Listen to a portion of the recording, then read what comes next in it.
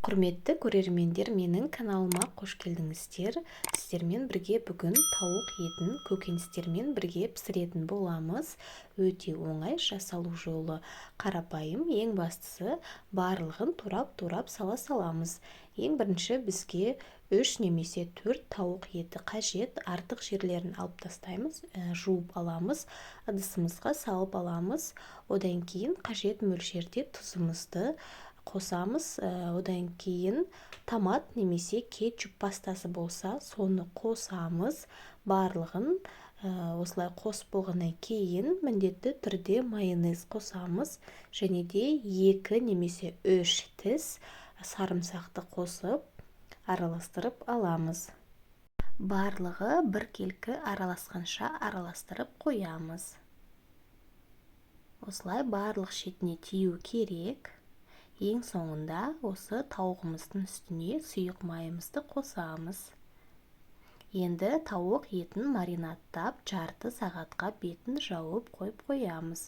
Оған дейін көкөністерімізді дайындайтын боламыз. Менде бұл жерде 1 килограммдай картошка, 1 сәбіз және де 1 пияз. Картошкаларыңызды ұзын-ұзын етіп турасаңыздар болады. 4-ке немесе 6 бөлшекке турап саласыздар. Осылай барлығын турап аламыз. Ары қарай бізде сәбізімізді де майдалап турап қоямыз. Барлығын бір ыдысымызға саламыз. Ендігі кезекте пиязымызды да осылай майдалап турап қоямыз.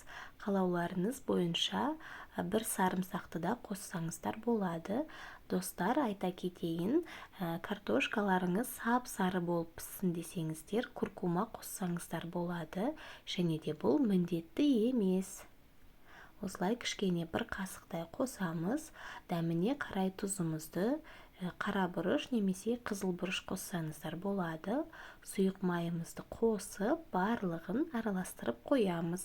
Картошкамызды да осы көкөністерімізді де маринадтап, осылай бетін жауып, жарты сағатқа қойып қоямыз. Осындай өте әдемі болды.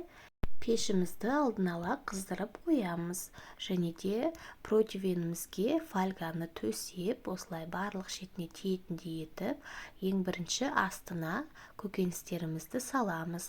Барлық шетіне бірдей етіп салып аламыз көкөністерімізді. Қарасаңыздар, түсі өте әдемі болып тұр картошканың.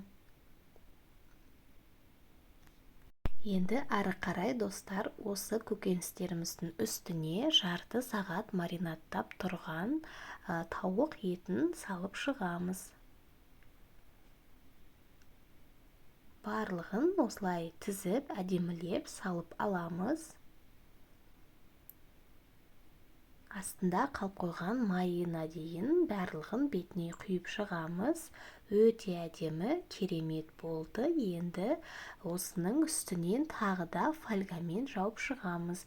Себебі тауық етіміз жұмсақ болып пісу үшін бетінен тағы да фольгамен жауып шығамыз. Өте керемет болып піседі. Қызып тұрған пешімізге осы тамағымызды саламыз. 180 градуста, 200 градуста немесе 1,5 сағаттай пісіріп аламыз. Өте керемет болды достар. 1 сағат тұрады. 1 сағаттан кейін фольганы алып тастаймыз. Одан кейін қайтадан қызып тұрған пешімізге тамақты қайтадан салып бетін қызартып аламыз. Достар, видеода көріп тұрғандарыңыздай өте керемет, дәмді тамақ жасап көріңіздер. Өте оңай, барлығын турап сала саласыздар. Сіздерге рецепт ұнаса, маған тіркеліп лайк басып, пікірлеріңізді қалдырып кетіңіздер. Сіздермен болған ұл болсын, астарыңыз дәмді болсын.